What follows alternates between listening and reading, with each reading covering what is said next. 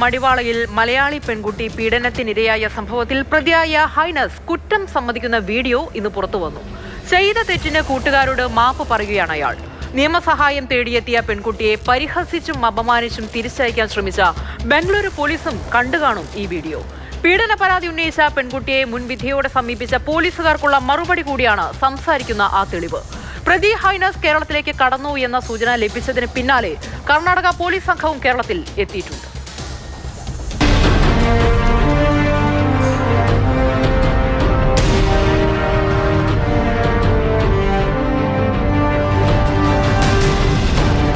സംഭവം നടന്ന മെയ് 12 രാത്രിയിലെ ദൃശ്യങ്ങളാണിത്.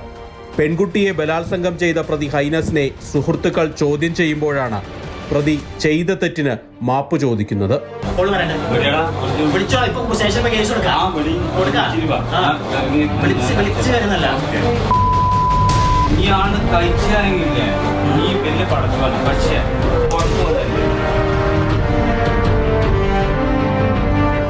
ഇതിന് പിന്നാലെയാണ് 13 രാവിലെ പെൺകുട്ടി പരാതിയുമായി മടിവാള പോലീസിനെ സമീപിക്കുന്നത്. പരാതി അന്വേഷിക്കുന്നതിൽ മടിവാള പോലീസ് വലിയ വീഴ്ച വരുത്തിയിരുന്നു. സംഭവം ചർച്ചയായതോടെ ഉന്നത ഉദ്യോഗസ്ഥർ കേസിൽ ഇടപെട്ടു. പരാതി രജിസ്റ്റർ ചെയ്യുന്നതിൽ കാലതാമസമുണ്ടായതിന് DCPയെ ബംഗളൂരു സിറ്റി പോലീസ് കമ്മീഷണർ വിളിച്ചു വരുത്തി. തുടർന്ന് പുതിയ പരാതി എഴുതി വാങ്ങി അന്വേഷണം ആടുകോടി പോലീസിലേക്ക് മാറ്റി.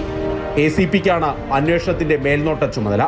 പെൺകുട്ടിയുടെ വ്യക്തിത്വത്തെ വരെ ചോദ്യം ചെയ്യുന്ന രീതിയിൽ പ്രതികരിച്ച മടിവാള പോലീസ് സ്റ്റേഷനിലെ ഉദ്യോഗസ്ഥർക്കെതിരെ നടപടിയുണ്ടാകും. അന്വേഷണം ഊർജിതമായതോടെ പ്രതി ഹൈനസ് കേരളത്തിലേക്ക് കടന്നുവെന്നാണ് സൂചന. ഹൈനസിനെ പിടികൂടുന്നതിന് വേണ്ടി കർണാടക പോലീസിലെ ഒരു സംഘം കേരളത്തിലെത്തിയിട്ടുണ്ട്. 24 മണിക്കൂറിനകം അറസ്റ്റ് ഉണ്ടാകണമെന്നാണ് സിറ്റി പോലീസ് കമ്മീഷണർ DCPക്ക് നൽകിയിരിക്കുന്ന നിർദ്ദേശം.